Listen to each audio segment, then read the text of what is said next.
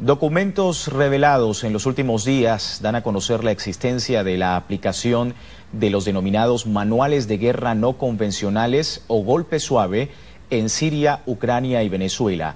El tema ya había sido denunciado por el propio comandante Hugo Chávez y ahora el presidente de Cuba, Raúl Castro, da a conocer 7 puntos claves en la aplicación de dichas estrategias encaminadas únicamente a derrocar gobiernos progresistas, democráticos y constitucionales que no son afectos a los intereses hegemónicos.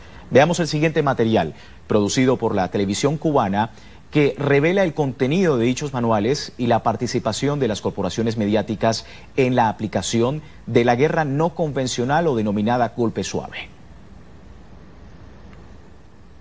En el actual escenario político-militar internacional, los métodos de guerra no convencional han resurgido como la modalidad más factible a aplicar por Estados Unidos y sus aliados para incentivar el derrocamiento de regímenes contrarios a sus intereses. Tales conceptos condujeron en lo fundamental los eventos asociados a la denominada Primavera Árabe, la situación en Siria y los actuales conflictos en Ucrania y Venezuela. El término guerra no convencional se introdujo por primera vez en 1955 en el vocabulario oficial del Departamento de Defensa norteamericano. Washington ha recurrido varias veces a esta modalidad, entre ellas en los estados bálticos, Estonia, Lituania y Letonia, en la década de 1950. Guatemala en 1954. Albania entre 1949 y 1954. Tíbet entre 1955 y 1965. Indonesia en 1958. Cuba en la década de 1960. Vietnam del Norte entre 1961 y 1964.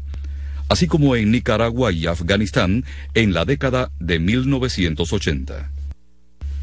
El Comando de Operaciones Especiales de Estados Unidos define este término como las actividades en apoyo a un movimiento de resistencia o insurgencia para coaccionar, desarticular o derrocar un gobierno u ocupar el poder mediante operaciones de fuerzas clandestinas, auxiliares y guerrilleras.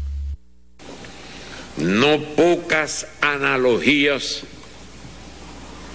pueden encontrarse en los manuales de guerra no convencional aplicados en varios países de nuestra región latinoamericana y caribeña, como hoy sucede en Venezuela, y con matices similares se ha evidenciado en otros continentes, con anterioridad en Libia y actualmente en Siria y Ucrania.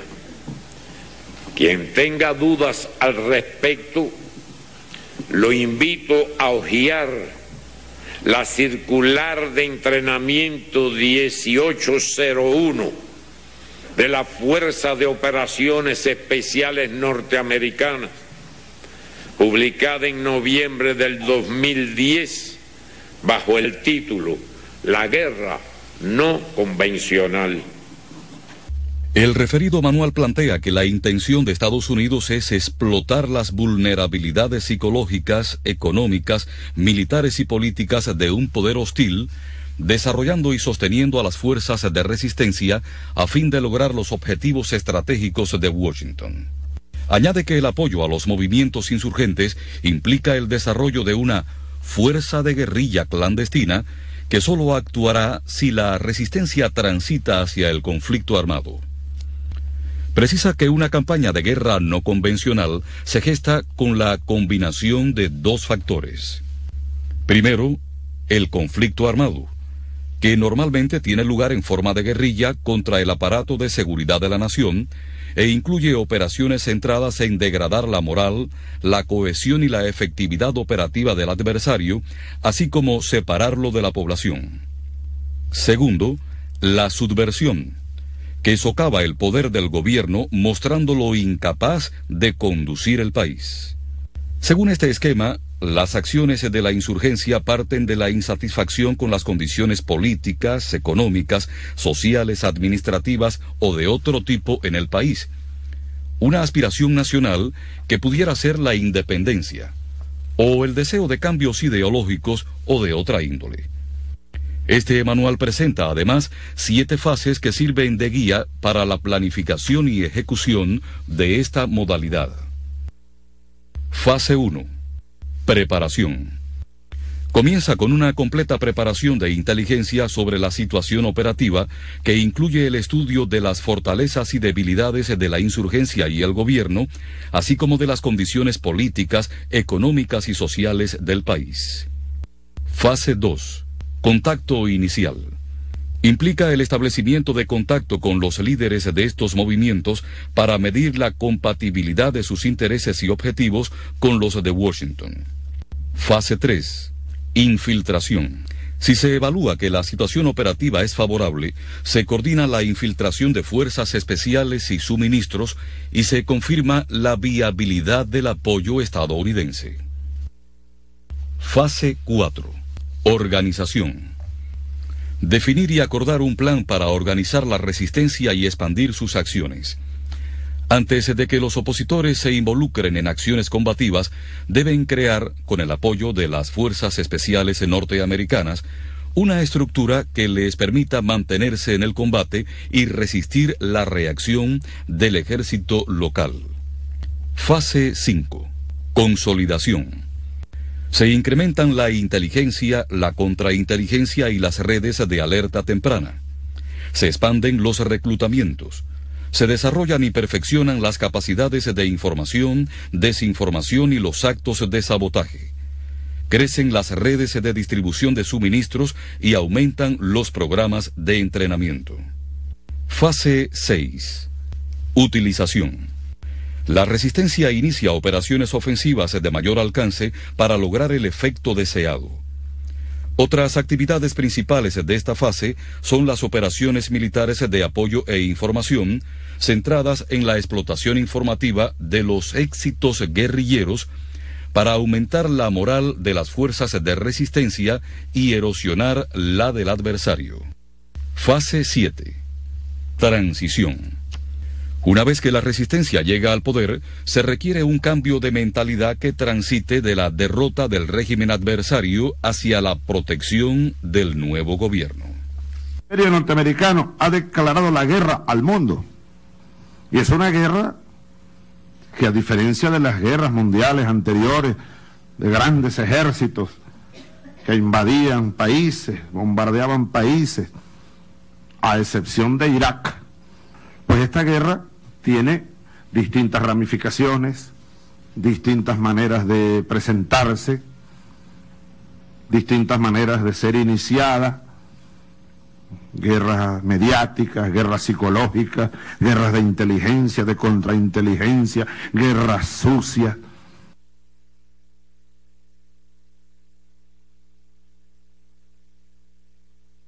Los recientes conflictos se han originado y manifestado de forma diferente a partir de las particularidades socioeconómicas, políticas, militares y religiosas de cada nación, lo que ha determinado su complejidad y evolución. No obstante, las acciones desarrolladas por el enemigo en cada uno de estos países permiten establecer regularidades que incidieron en cada uno de ellos. Las manifestaciones usualmente surgen tras hechos aislados, como la muerte de una persona en el enfrentamiento con la policía en Egipto, el suicidio de un joven al que confiscaron su negocio en Túnez, la detención de un abogado de presos políticos en Libia, la represión inconsulta a protestantes en Siria, la negativa de Ucrania a ratificar los acuerdos de asociación y de libre comercio con la Unión Europea, y el asesinato con francotiradores a manifestantes en Venezuela. Estos hechos, combinados con el descontento acumulado por problemas estructurales en el orden económico, político y social en el contexto de la crisis capitalista, son explotados por los medios de comunicación pro-occidentales a fin de incentivar la rebelión contra los gobiernos. Estrategia del golpe suave. Ponla más abierta, por favor, hijo, que se vea todo. Yo lo llamo mecha lenta. Esta es su estrategia. Es facilita. Ahora nosotros la tenemos descubierta. La tenemos descubiertica. Fíjate, ellos quieren prender la mecha. Quieren prender la mecha para que la mecha, bueno, vaya, alargándose, hasta que un evento cualquiera, en cualquier momento, haga detonar la carga explosiva. Se evidencia la capacidad de integración mancomunada de las potencias occidentales de desencadenar una efectiva estrategia mediática y un plan dirigido a profundizar el aislamiento de estas naciones. Desde las primeras etapas se despliega una fuerte campaña dirigida a la opinión pública interna e internacional, centrada en condenar la represión contra los manifestantes, así como en resaltar la violación de principios democráticos y las demandas de los opositores por un cambio de régimen. En esencia se busca crear un clima de ingobernabilidad. En el exterior crece el estímulo a las deserciones de diplomáticos y funcionarios y se expulsan a aquellos que se mantienen leales. Se potencia también, según el grado de penetración, la deserción de jefes u oficiales de los cuerpos armados. Además, se promueven manifestaciones de las comunidades de esos países ante sedes diplomáticas en el exterior, así como pronunciamientos de artistas y personalidades contra el gobierno en conflicto, aspectos que actualmente se aprecian con fuerza en la campaña por los sucesos de Venezuela. Las potencias occidentales, lideradas por Estados Unidos, presionan en la Organización de Naciones Unidas para condenar a los países adversos, legitimar sanciones económicas en su contra, así como eventuales agresiones militares, bajo el pretexto de la responsabilidad de proteger a civiles. El tiempo del régimen de Bashar al-Assad en Siria tiene que llegar a su fin. Occidente logró que el Consejo de Seguridad de la ONU avalara la agresión a Libia, lo cual no resultó en el caso de Siria por la negativa de Rusia y China. Asimismo, Washington y sus aliados se pronuncian a favor de los grupos opositores y gestionan la participación de sus líderes en foros internacionales, así como el reconocimiento de estos a escala global. También crean condiciones para expulsar a las naciones en conflicto de los organismos regionales e internacionales y sustituyen sus escaños por miembros de la oposición, a la par que conforman grupos de países amigos de los insurgentes que actúan al margen de la ONU. Políticos y personalidades de Estados Unidos y Europa viajan a estos países para mediatizar su respaldo en el terreno a la oposición, lo que se apreció en Libia, Siria y Ucrania. El sector juvenil está entre los más perjudicados por la crisis internacional, particularmente por las afectaciones derivadas del desempleo, lo que es utilizado para incrementar contra ellos las campañas de desideologización e inculcación de patrones occidentales, lo que ha facilitado que sean los sectores más activos durante las protestas. En este contexto, las habilidades que los jóvenes desarrollan en el empleo de las nuevas tecnologías de las infocomunicaciones son aprovechadas como instrumentos idóneos para la movilización y organización de las manifestaciones, lo que se favorece porque previamente ya han introducido tecnología de punta que comercializan a precios asequibles para este segmento poblacional. Crean infraestructuras digitales fuera del control del Estado y preparan activistas digitales o ciberdisidentes mediante organizaciones no gubernamentales, compañías privadas y sedes diplomáticas. Casi todos los países involucrados cuentan con una infraestructura digital con grandes prestaciones y acceso hasta el nivel local a Internet, que facilitaron la creación de grupos desde el exterior en las redes sociales que gradualmente acumulan miles de seguidores entre los manifestantes y opositores internos, posibilitando la comunicación a tiempo real. Un factor determinante para minimizar el efecto de esta estrategia ha sido el control gubernamental sobre los sistemas de infocomunicaciones. Túnez y Egipto trataron de bloquear los servicios de Internet y la telefonía móvil durante las manifestaciones, pero no lo lograron porque sus estructuras de infocomunicaciones estaban en manos de empresas privadas internacionales. La guerra cibernética también ha formado parte de la agresión, con fines de desestabilización, lo que incluye la introducción de virus, sobrecarga de las redes informáticas del gobierno y sectores claves de la producción y los servicios. Los medios de difusión estatales también suelen ser blancos de este tipo de acciones para coartar la propaganda oficial. Se transmiten correos electrónicos con informaciones falsas y se atacan digitalmente las cuentas en las redes sociales de los canales de televisión y los dirigentes nacionales con fines de desinformación. A países como Siria se les ha intentado aislar en su conexión con el exterior.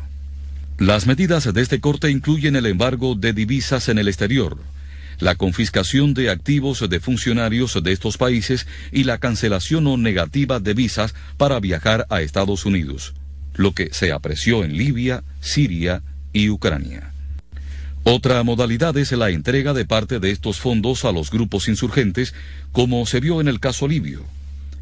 Actualmente, legisladores estadounidenses, particularmente los anticubanos, también están proponiendo sanciones similares contra Venezuela. En el caso de Siria, el asedio financiero tiene una particular incidencia, ya que desde 1979 esta nación está en la lista de países patrocinadores del terrorismo del Departamento de Estado, lo que implica restricciones a sus exportaciones, la importación de petróleo y al establecimiento de convenios comerciales. Las agencias de inteligencia de Estados Unidos y sus aliados aprovechan las situaciones de inestabilidad interna para ejecutar la estrategia subversiva y de inteligencia diseñada para cada uno de estos países.